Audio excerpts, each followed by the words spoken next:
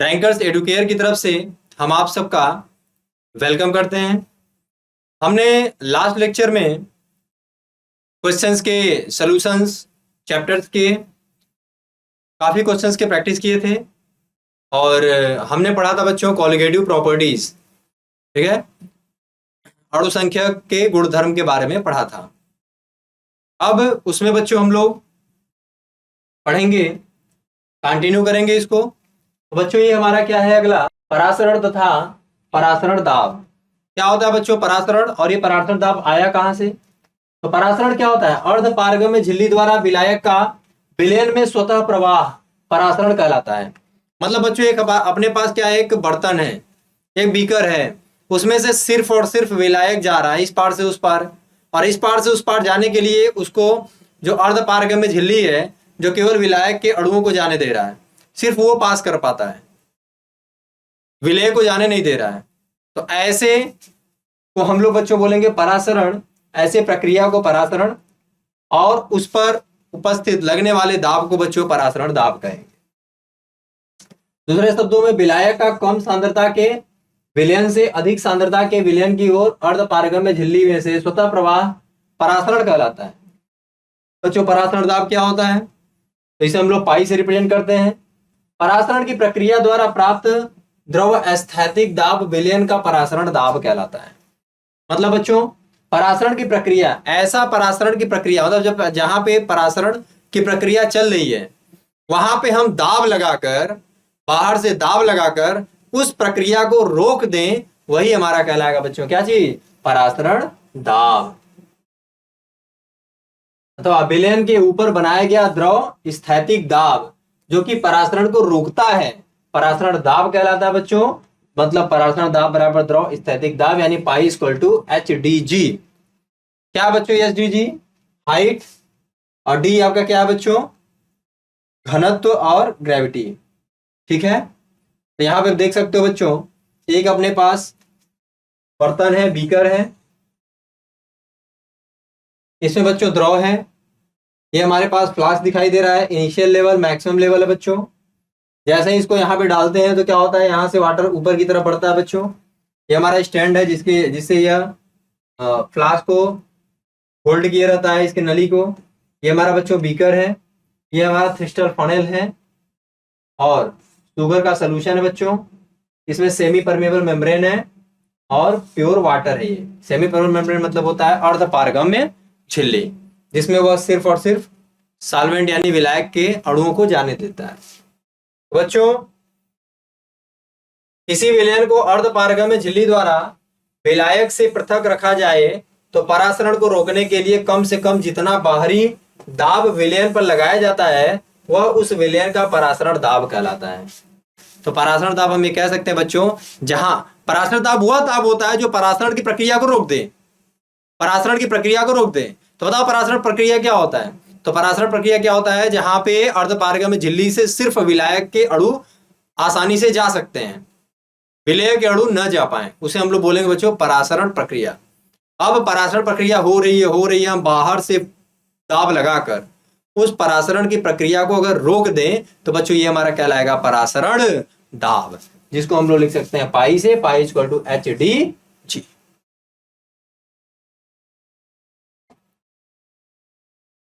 तो नोट कर लीजिए।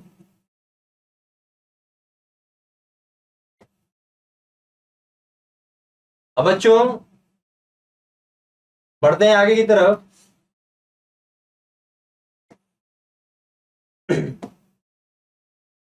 यहां पे बच्चों तन विलयनों के लिए वान थाप का नियम, तन विलयन के लिए वान थाप का नियम बच्चों क्या है? नियत तापमान पर विलयन का परासरण दाब इसकी सांद्रता के सीधे समानुपाती होता है। अर्थात बच्चों क्या होगा, पाई जो हमारा परासरण दाब है वह समानुपाती किसके होगा? सी के। सी हमारा नियत तापमान पर, अथवा क्या है बच्चों, हमारा सी क्या कहलाता है? यही जो सांद्रता है बच्चों, क्या होगा? पाई भी इज इक्वल टू कॉन्स्टेंट, ठीक है। अब एक नया यहाँ पे आता है बच्चों, एक नियम जिसको बोलते हैं गे ल्यूसेक वान थाप नियम। पाई भी equal to n s t. यहाँ पे पाई क्या है बच्चों? परासरण दाब, V क्या है बच्चों? विलयन का आयतन जिसमें 1 ग्राम मोल विलय के होते हैं। बच्चों N क्या होता है? विलय के मोल। कैसे निकालते हैं? भार बटे अणु भार। S क्या है बच्चों? मोलर विलयन स्थिरांक 0.0821 लीटर एटमॉस्फेयर पर मोल पर केल्विन होता है बच्चों। T होता है बच्चों ताप, जिसका इकाई होता है केल्विन। तो बच्चों पाई इक्वल टू यहाँ से क्या हो जाएगा? पाई वही रहने दो, V को इधर लेते आओ, NHT/V या पाई इक्वल टू बच्चों CN/V, यानी मोल पर लीटर को हम लोग बोलते हैं बच्चों, मोल पर लीटर को हम लोग बोलते हैं बच्चों सांद्रता या कंसंट्रेशन। जैसे हो गया हमारा मोलरता, हो गया मोलरता, इस तरीके से यहाँ मोलरता है बच्चों N/V, तो उसको कंसंट्रेशन C बोल रहे हैं। S इंटू टी और C बराबर क्या है बच्चों? N/V, विलयन की मोलर सांद्रता। ठीक है, that is pi equal to C। यहां पे अगर देखिए बच्चों, यहाँ पे P1 सपोज करिए कि यहाँ पे जो हमारा प्रेशर है वह P1 है, टेम्परेचर T1 है। ये सब बच्चों छोटे छोटे कण हैं। इन कणों same number of gas molecule हमने क्या किया बच्चों? इसमें डाल दिया है। अभी यहाँ पे क्या है? यहाँ पे हीटर लगा हुआ है, हम टेम्परेचर देंगे तो क्या होंगे बच्चों? यहाँ पे कोई हीटर नहीं है, यहाँ पे इनके जो कण हैं, छोटे छोटे कण हैं, वह एक समान निश्चित दूरी पर मौजूद है। क्या होगा? यहाँ पे हीटर जब देंगे तो इनके पार्टिकल आपस में लड़ेंगे, रैंडमली आपस में टकराएंगे। यहाँ टकराएंगे तो आपस में इनमें क्या होगा? दाब लगेगा। ठीक है, तो यहाँ पे बच्चों जो दाब उत्पन्न हुआ, या अगर हम क्या करेंगे बच्चों, यहाँ पे हमने क्या किया? प्रेशर लगाया, यहाँ पे प्रेशर लगाया या हीट किया, तो इसमें क्या होगा? पार्टिकल आपस में कोलाइड करेंगे, कोलिजन होगा, आपस में टकराएंगे। ठीक है, तो उसमें एनर्जी भी डेवलप होगी, वो बात की चीजें हैं। लेकिन यहाँ पे हमें क्या दिखाई दे रहा है बच्चों? कि यहाँ पे टेम्परेचर और P1 जो प्रेशर है वो यहाँ पे तो सही है, लेकिन यहाँ पे क्या होगा बच्चों? यहाँ टेम्परेचर बढ़ेगा, प्रेशर आपस में क्या करेंगे? एक दूसरे को टक्कर मारेंगे। ठीक है, तो यहाँ पे जो दाब उत्पन्न हो रहा है बच्चों, इसे हम लोग बोलेंगे परासरण दाब।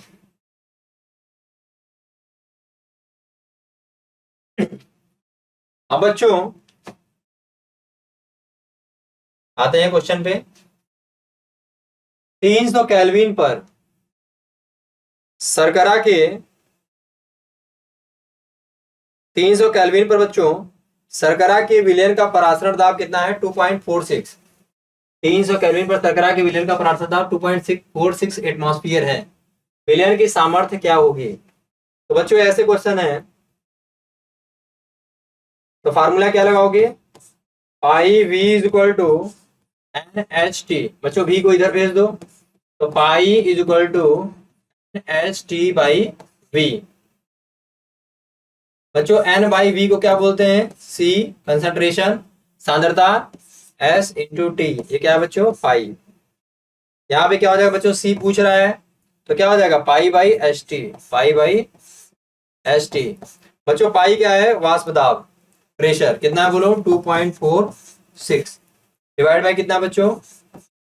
300 गुणे 0.0821। इसको यहां से बच्चों सॉल्व करेंगे तो हमारा आ जाएगा 0.1। कंसंट्रेशन है इसलिए इसका यूनिट हो जाएगा बच्चों मोलरता। कैपिटल एम मोलरता, स्मॉल एम को बोलते हैं मोलरता, तो यहाँ पे मोलरता है। ठीक है, तो इस तरीके से इसको यहाँ पे बच्चों देख सकते हैं हम लोग। ठीक है, यहाँ पे अप्लाई हम कर सकते हैं पाई V इक्वल टू NHT से। नोट कर लीजिए।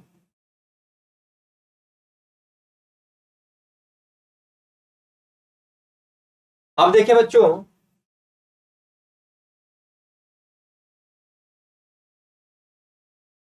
समपरासरी विलयन क्या होता है बच्चों?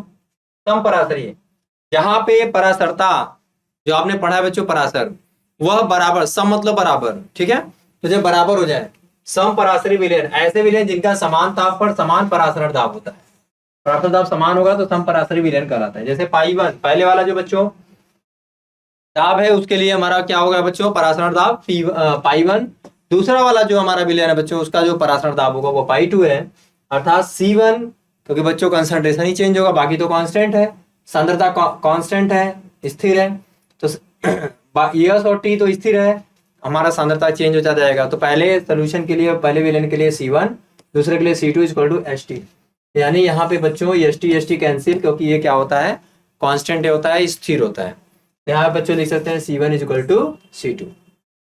ठीक है, तो यहाँ से भी बच्चों क्वेश्चन सॉल्व कर सकते हैं। जैसे बच्चों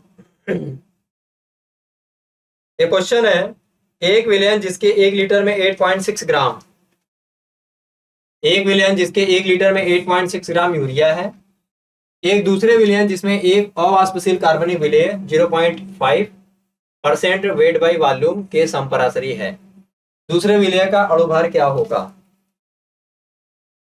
तो बच्चों क्या करेंगे हम,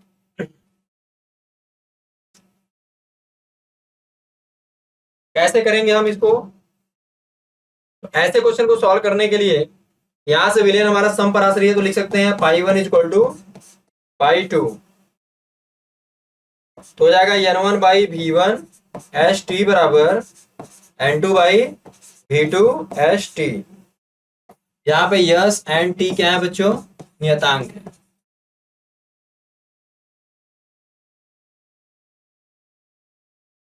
और N1 बाई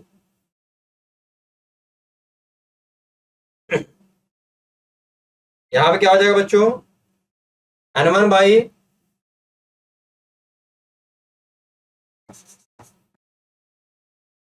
V2 बराबर N2 बाई V2 क्या हो जाएगा बच्चों, W1 by M1 into V1 urea बराबर पर क्या हो जाएगा बच्चों, W2 by M2 into V2।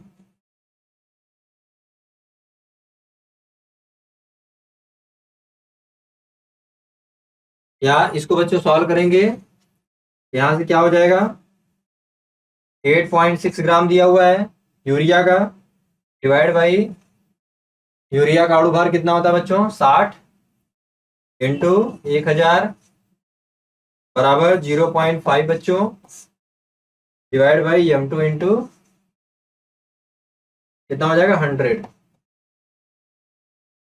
ठीक है, यहां से बच्चों हो जाएगा M2, इसको यहां से इसको इधर क्रॉस मल्टीप्लीकेशन करो बच्चों, तो यहाँ पे आ जाएगा 34.89। ठीक है, तो बच्चों दिया हुआ है एक विलेन जिसके 1 लीटर में 8.6 ग्राम यूरिया है, एक दूसरे विलेन जिसमें एक अवाष्पशील कार्बनिक विलेय 0.5% वेट बाई वॉल्यूम है, मतलब 0.5 ग्राम है। ठीक है, 100 मिलीलीटर में ये समपराशरी है, दूसरे विलेय का अणुभार क्या होगा, यानी π1 इक्वल टू π2 है। ये वैल्यू हम लिखेंगे π1 बराबर N बाई V HT होता है बच्चों, N2 बाई V2 HT होता है, HT सेम है बच्चों। यहाँ पे हो जाएगा N1 by V1 N2 by V2, ये कैंसिल हो जाएगा। अब बच्चों यहाँ पे हम क्या निकाल सकते हैं, W1 ये मोल है, W1 by M1 into V1, और यूरिया के लिए W2 by M2 into V2 organic compounds के लिए वैल्यू सब्स्टिट्यूट कर देंगे, वैल्यू रख देंगे बच्चों, यहां से हमारा आंसर आ जाएगा। ठीक है,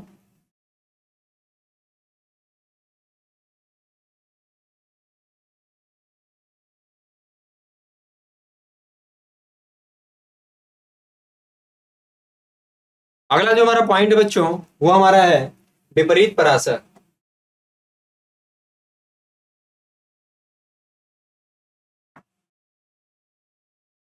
विपरीत परासरण, ठीक है, तो क्या होता है विपरीत परासरण बच्चों, तो अभी हमने पढ़ा था परासरण क्या होता है कि जब अर्धपारगम्य झिल्ली से विलायक के जो अणु हैं वो अर्धपारगम्य झिल्ली से पास हो जाने देते हैं, तो यदि विलयन पर लगाया गया बाह्य दाब परासरण दाब से अधिक हो जाता है तो विपरीत परासरण, मतलब परासरण का जो दाब है खुद के कारण, अगर बाहर से लगाया गया जो दाब है, जो बाहर से बाह्य दाब लगाया गया है, यदि विलयन पर लगाया गया बाह्य दाब परासरण दाब से अधिक हो जाता है, परासरण दाब से भी ज्यादा हो जाता है बाह्य लगाया हुआ दाब, तो उसे बोलेंगे बच्चों विपरीत परासरण दाब की प्रक्रिया।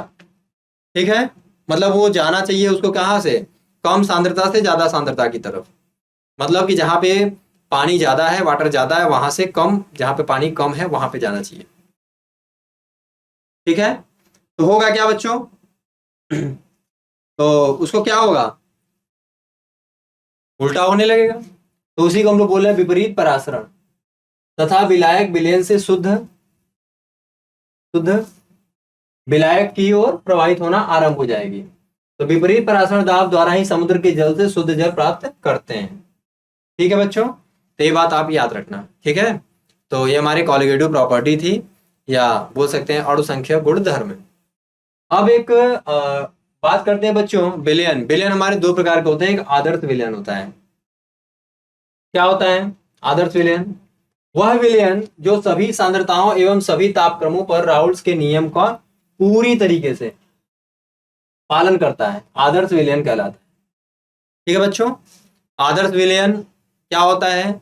जहां पे ऐसा विलयन जो सभी सांद्रताओं, कोई भी सांद्रता हो, ठीक है, एवं सभी तापक्रमों पर, किसी भी तापक्रम पे वह राउल्स के नियम को फॉलो करता है, उसे हम लोग बोलेंगे आदर्श विलयन।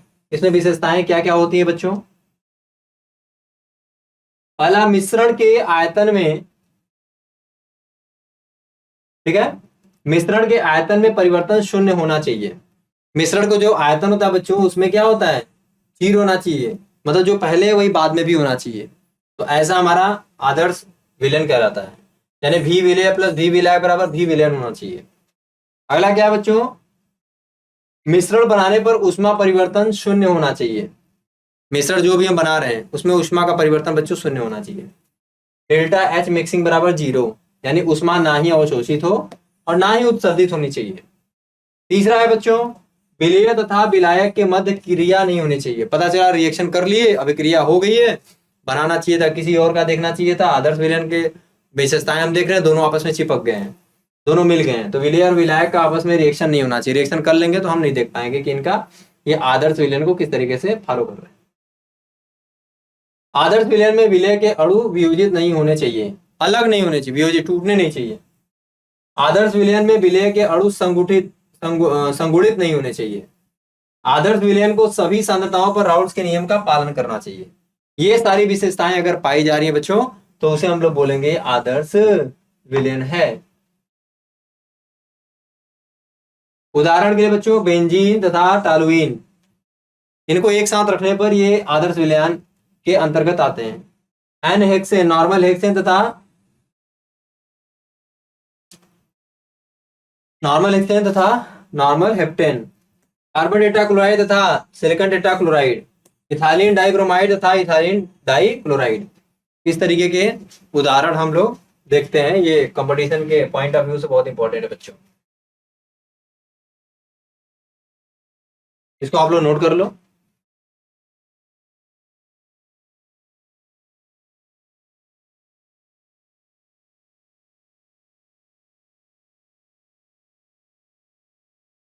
अब अगला है बच्चों हमारा, ये तो था हमारा आदर्श। अब हमारा है अनआदर्श, जिसको हम लोग बोलते हैं बच्चों नॉन आइडियल। तो अनआदर्श या नॉन आइडियल क्या होता है विलयन? वे विलयन जो राउल्स के नियम का पालन नहीं करते हैं, अनआदर्श विलयन कहलाता है। मतलब जो जो बोलता था, जो जो राउल्स के नियम में बताए गए थे वो फॉलो ना करे।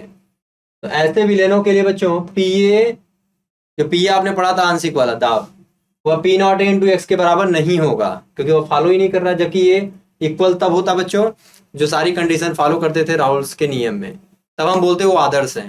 लेकिन यहाँ पे बच्चों आदर्श नहीं है, क्योंकि यह पी जो हम लोग वहां पे डैश माने थे, पी डैश, तो पी ए बराबर नहीं है पी नॉट इंटू एक्स के। यहाँ बच्चों p dash p naught equal to p naught B into x b. जब घटक उनकी संरचना एवं ध्रुवता में भिन्न होते हैं तब अनआदर्श विलयन बनते हैं। यहाँ बच्चों डेल्टा एच वहां पे आदर्श में 0 रहता था, यहाँ पे 0 नहीं रहेगा बच्चों, नॉट इक्वल टू 0। डेल्टा भी निश्चित, डेल्टा भी जो होता है बच्चों मिश्रित का, वह हमेशा 0 होता था आदर्श में, लेकिन यहाँ पे क्या हो, 0 नहीं होगा। अनआदर्श विलयन राउल्स के नियम से धनात्मक या ऋणात्मक विचलन दर्शाते हैं। मतलब जब बच्चों 0 नहीं होगा तो या तो 0 से ऊपर होगा या 0 से कम होगा। अगर 0 से ज्यादा रहेगा तो बोलेंगे पॉजिटिव डेविएशन, और अगर 0 से कम रहेगा तो उसे बोलेंगे निगेटिव डेविएशन। इसको नोट कर लीजिए बच्चों, इसको नोट कर लीजिए।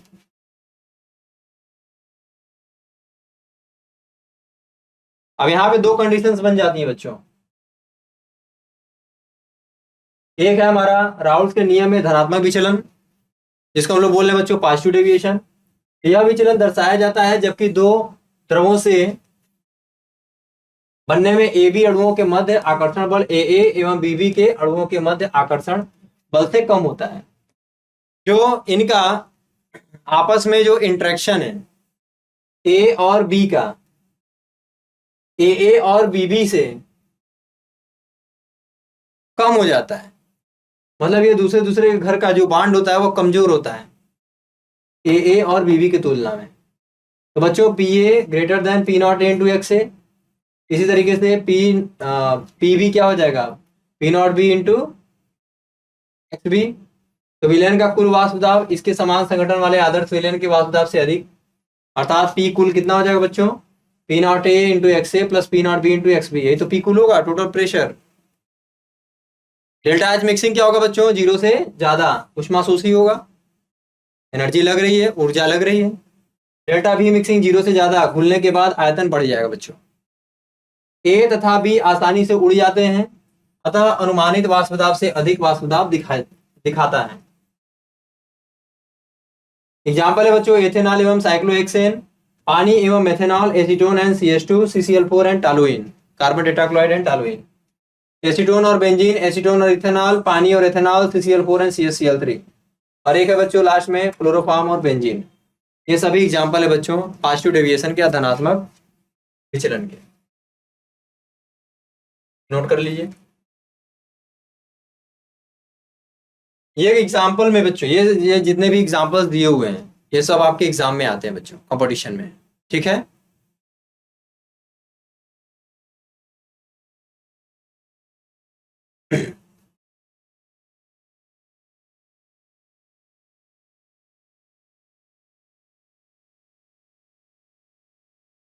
इसी तरीके से बच्चों राउल्स के नियम में ऋणात्मक विचलन जब हम लोग देखेंगे तो ये जो पीए है इंटरेक्शन है वो ग्रेटर है बच्चों,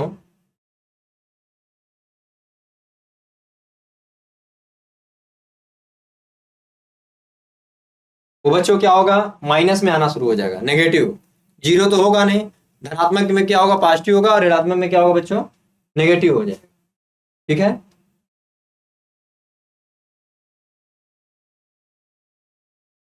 तो बच्चों क्या होगा यहाँ पे बच्चों होना चाहिए जीरो, जीरो नहीं होगा, तो जीरो नहीं होगा तो क्या होगा, इस बार इंटरेक्शन ये स्ट्रांग हो जाएगा।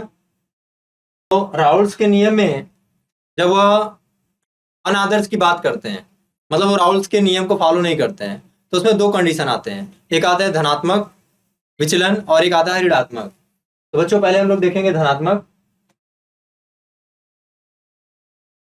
राउल्स के नियम में धनात्मक विचलन, यह विचलन दर्शाया जाता है जबकि दो द्रवों से विलयन बनने में ए बी अणुओं के मध्य आकर्षण बल ए और बी के अणुओं के मध्य आकर्षण बल से कम होता है।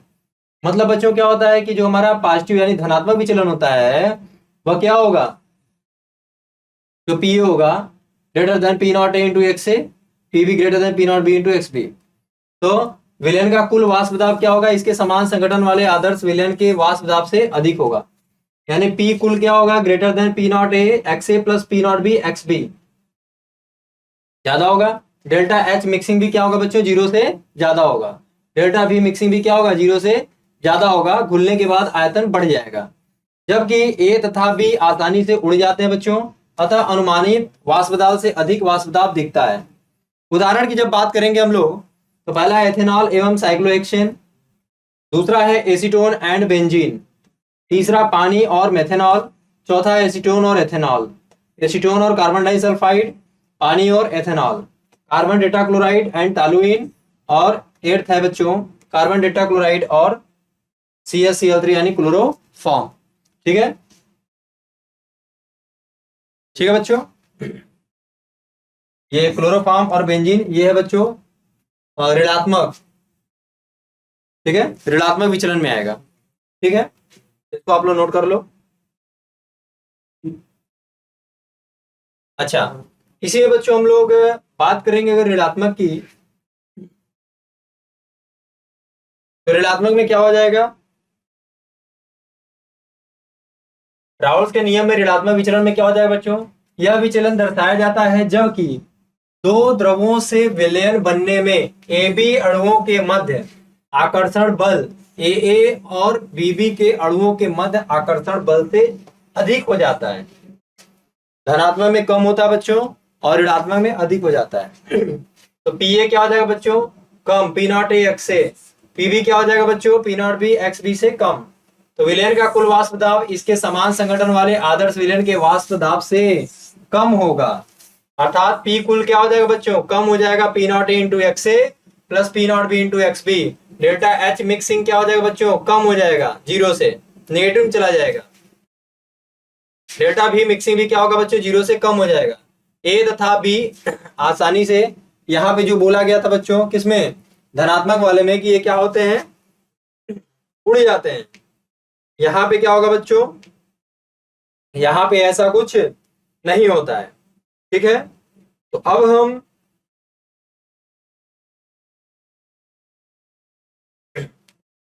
इसके उदाहरण की बात करेंगे,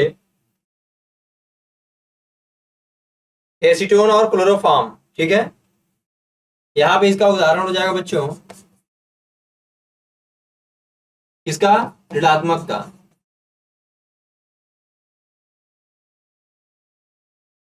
ऋणात्मक विचलन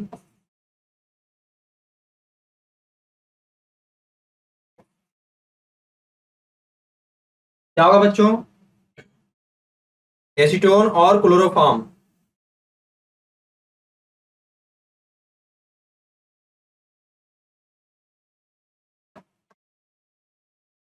एसीटोन और क्लोरोफॉर्म। उसके बाद क्या है बच्चों? पानी एवं हाइड्रोक्लोरिक अम्ल यानी H2O एंड HCl। अगला है बच्चों वाटर एंड HNO3।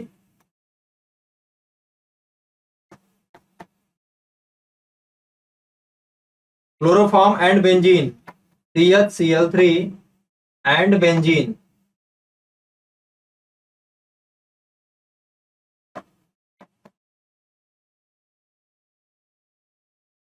ठीक है। तो इस तरीके से बच्चों हम लोग देख सकते हैं कि हमारे जो ऋणात्मक विचलन वाले हैं, इनके एग्जांपल्स इस तरीके से हम लोग देख सकते हैं। ठीक है बच्चों, इस चीज को देखिए आप लोग, एसीटोन और क्लोरोफॉर्म, वाटर और hydrochloric acid, water and HNO3, chloroform और बेंजीन। ठीक है, तो ये हमारा हो गया बच्चों राउल्स के नियम में ऋणात्मक विचलन। ठीक है, अब हम बात करते हैं बच्चों असामान्य अणु संख्य गुणधर्म। ये क्या होता है बच्चों? जो आपने पढ़ी थी बच्चों, जो आपने पढ़ा था कॉलिगेटिव प्रॉपर्टी। ठीक है, तो कॉलिगेटिव प्रॉपर्टी में असामान्यता कब आ जाएगी? ठीक है, तो उसके लिए बच्चों ऐसा पाया जाता है कि विलेय के प्रेक्षित अणुभार एवं गणना किए गए अणुभार में अंतर होता है। ऐसे विलयन में विलेय के अणुओं के संयोजन या वियोजन के कारण होता है, जिसके परिणाम स्वरूप विलयन में कणों की संख्या परिवर्तित होती है। ठीक है, तो विलयन में जो कणों की संख्या होती है वो परिवर्तित हो जाती है, मतलब एक तरीके से बोल सकते हैं कि वो अशुद्धियां आ जा रही हैं। तो बच्चों विलय के अणुओं का संयोजन क्या है? तो विलय के दो या दो से अधिक अणुओं के मिलकर एक बड़ा अणु बनाने को संयोजन कहते हैं। माना कि साधारण अणु मिलकर एक बड़ा अणु बनाता है। ठीक है, दो या दो से अधिक साधारण अणु मिलकर एक बड़ा अणु बनाते हैं। तो बच्चों यहाँ पे NX, यहाँ पे N मोल X का है, तो इसके यक्स के पॉलीमर फॉर्म बनेंगे, पॉली फॉर्म बनेंगे। तो यहाँ X into x N form में बनेंगे, यानी आयनाइजेशन के बाद, आयनित विलायक होने के बाद ये एकल अणु है, एक अणु है। यहाँ एक बहुत बड़ा अणु है, इसमें ऐसे ऐसे बहुत सारे लोग हैं। तो जिसके कारण विलयन में उपस्थित कणों की कुल संख्या में आरंभिक विलयन में उपस्थित कुल कणों की संख्या की तुलना में कमी हो जाती है, और इस प्रकार अणु संख्या गुणधर्म का मान कम हो जाता है। विलय का मोलर द्रव्यमान अणु संख्या गुणधर्म के व्युत्क्रमानुपाती होता है, इसलिए विलय का मोलर द्रव्यमान सैद्धांतिक मान से अधिक हो जाता है। मतलब बच्चों क्या है कि जो हम कैलकुलेट किए रहते हैं अशुद्धियां आने की वजह से, उसमें जो हमारा आई, मतलब जो अशुद्धियां हैं उनके कारण जो जुड़ रहे हैं नए छोटे छोटे कण, उनके कारण जो हमारा मल्टीप्लिकेशन है वो अधिक हो जाता है। और वही कह रहा है कि इस ये विलेय का मूलर द्रव्यमान सैद्धांतिक मान से अधिक हो जाता है। इसको नोट कर लीजिए, नोट कर लीजिए बच्चों, ठीक है। अब बात करते हैं कि विलेय के अणुओं का वियोजन किस तरीके से हम देखेंगे इसको। तो विलेय के अणुओं का वियोजन विद्युत अपघट्ट के अणु आयनीकरण या वियोजन के द्वारा विलयन में आयनित होकर दो या अधिक कण देते हैं। जैसे एबी विलयन है, इसमें आयनाइजेशन जब होगा बच्चों तो दो कण देते हैं। एबी विलयन में आयनित होकर दो कर देता है। तो ए बी है तो किसमें टूटेगा बच्चों, ए प्लस और बी माइनस में। एक धनायन होगा दूसरा ऋणायन होगा। तो आयनित विलायक क्या होगा, ए प्लस और बी माइनस में। वियोजन के बाद इस वियोजन से कणों की कुल संख्या में वृद्धि होती है। बच्चों यहाँ पे क्या है, एक था तो एक से दो, वियोजन में दो होगा, एक से दो तो बढ़ा पहले से, और संयोजन में कम होता है। और इस प्रकार विलयन के अणु संख्या गुणधर्म का मान अधिक हो जाएगा। जैसा कि अणु संख्या गुणधर्म अणु भार के व्युत्क्रमानुपाती होता है, इसलिए आयनित विलेय का अणु भार का मान सैद्धांतिक मान से कम हो जाएगा। इसको नोट कर लीजिए। जब कोई बच्चों आयनिक कंपाउंड रहता है तो जब उसका डिकम्पोजिशन होता है या टूटता है तो एक से ज्यादा पार्ट में टूट जाता है, ठीक है।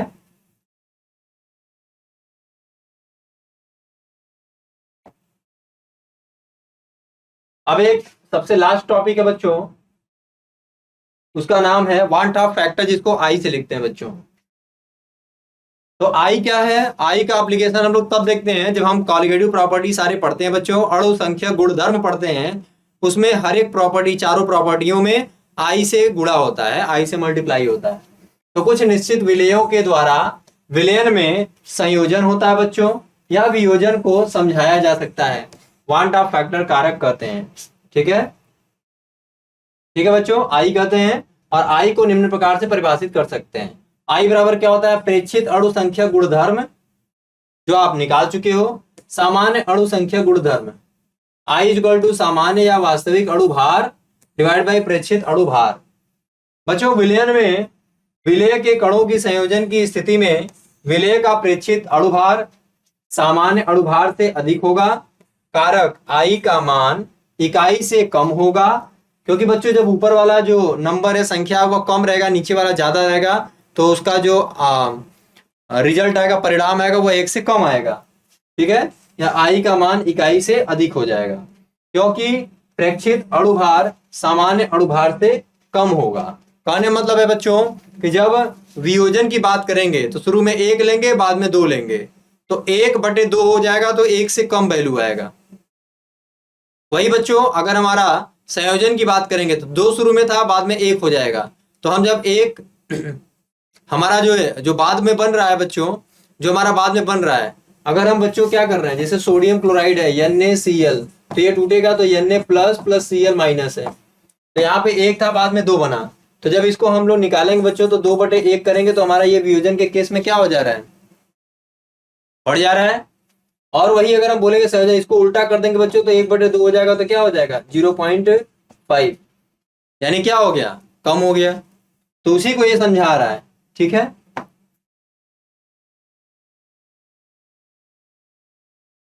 बच्चों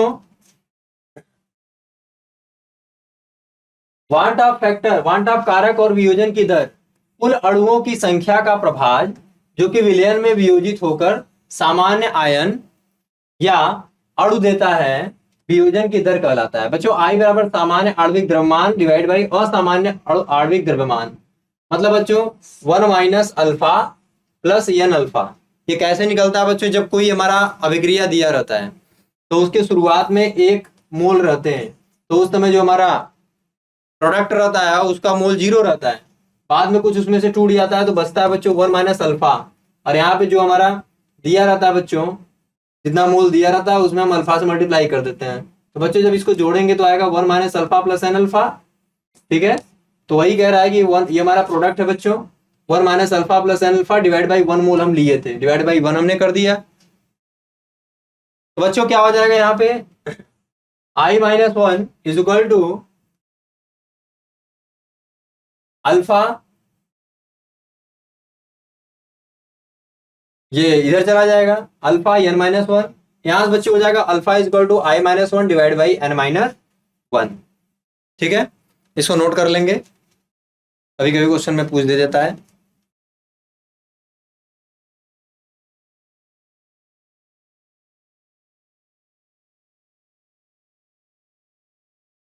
यहां पे है बच्चों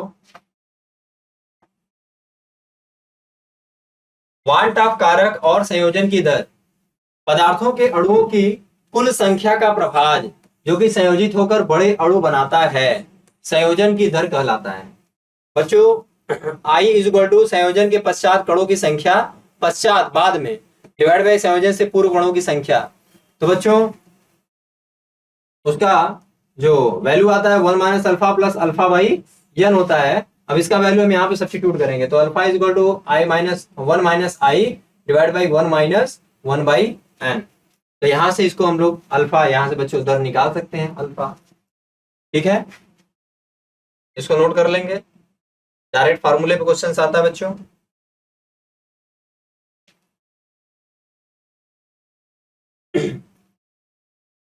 बच्चों एक क्वेश्चन है,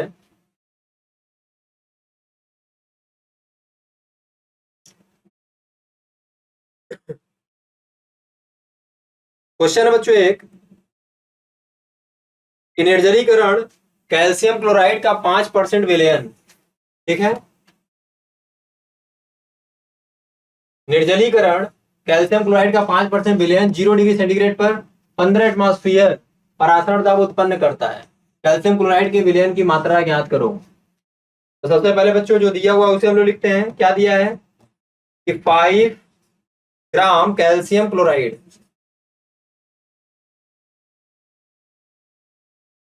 5 ग्राम कैल्शियम क्लोराइड कितने में, ये बच्चों 100 ml, ये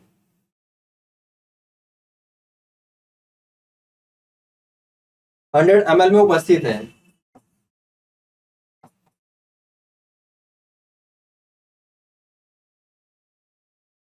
अतः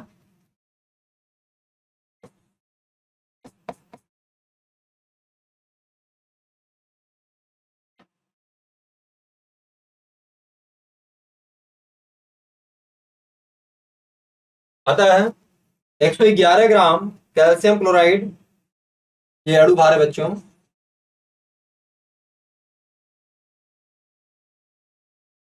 कैल्शियम क्लोराइड है। ठीक है, अणु भार उपस्थित होगा बच्चों, तो कितना हो जाएगा 100 इंटू 111 डिवाइड बाई 5 गुणे 1000, ये बच्चों आएगा 2.22 लीटर। अब बच्चों हमें पता है कि पाई भी इक्वल टू क्या होता है, NRT। एन क्या है बच्चों 1, अतः pi equal to ST by V, ये हमारा R क्या है बच्चों S।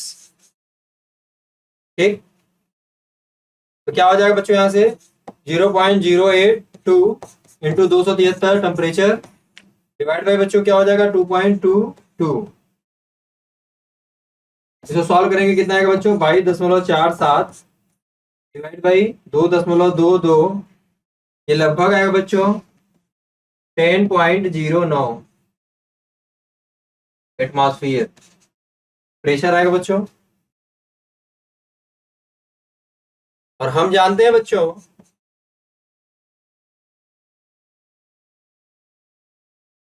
क्या जी वन हाफ फैक्टर यानी वन हाफ गुणा, आई इज इक्वल टू क्या हो जाएगा बच्चों,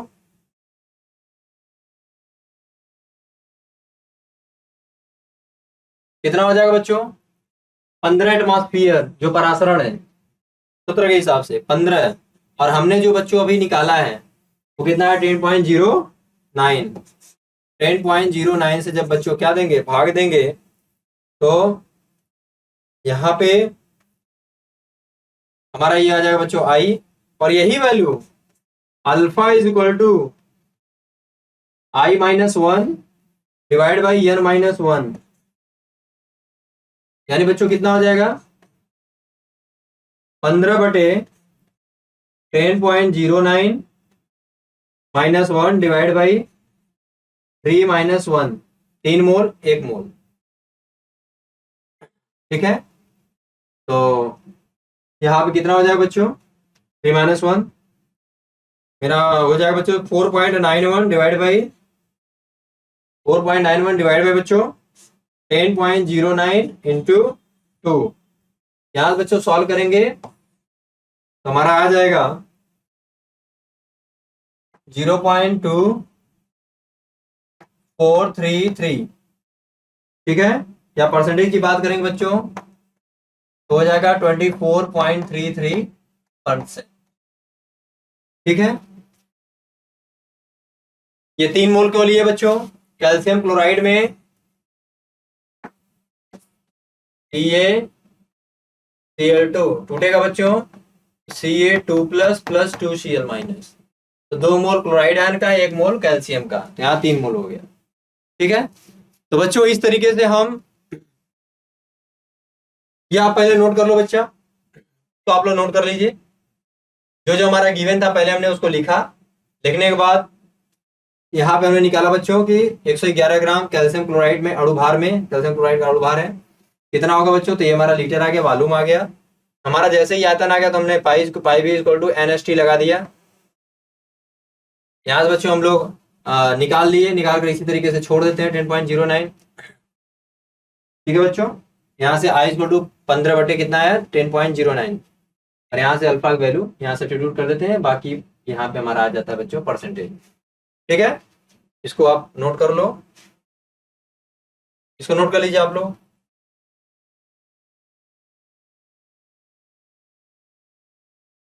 तो बच्चों इस तरीके से हमने विलियन चैप्टर्स को यहाँ पे कंप्लीट कवर कर दिया है।